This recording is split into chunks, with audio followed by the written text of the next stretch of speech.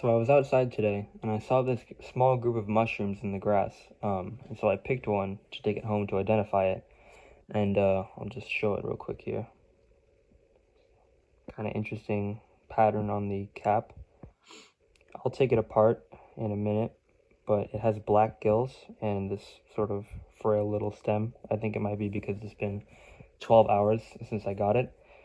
And so it's kind of shriveled up a little bit, but it looks to me like this, a shiny mottled gill. I'm probably saying even the English name wrong, but they look fairly similar.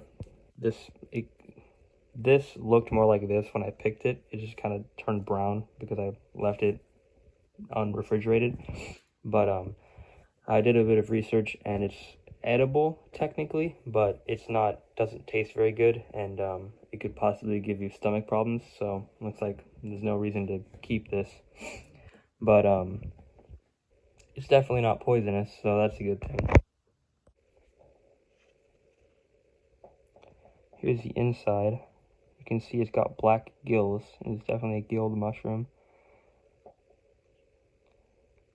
I'm kind of thinking about going back soon and getting another one so I can get a spore print, because I think that would be really cool to just like set it down like I have here on a napkin and just let it sit for a bit. But that's the cap. Here's the stem.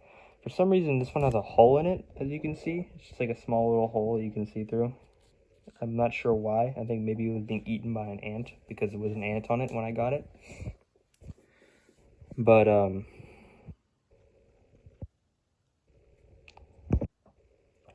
so here's the cap. I took it off.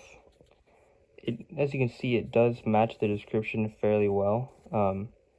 First of all, it just has black gills on the inside. So here we go.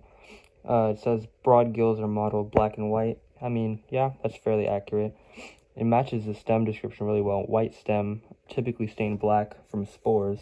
As you can see, this is white and it has black stains on it. I found this when it was, I didn't see any at this level, so maybe I'll just go back and check sometime soon, but nothing, I didn't find any young, like, you know, not matured ones like that.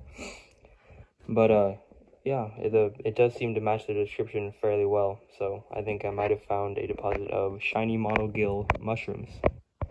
These two books are fairly useful in my experience for identifying just mushrooms that I've found.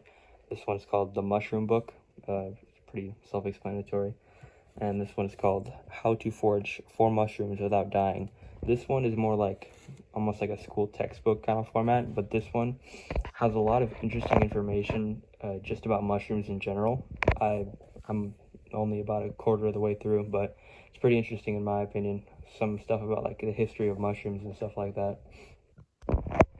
I'll head back to the spot where I found this sometime soon and maybe try to grab a couple more so I can get a couple spore prints and just, you know, just look at them because I think they're pretty interesting.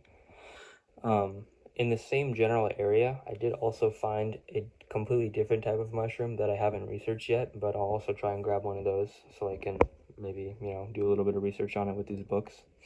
But, yeah. If anyone watching this knows anything about mushrooms and knows that I'm completely wrong about this, please let me know. I'm interested to see if it is a shiny mottled gill or if it's something completely different.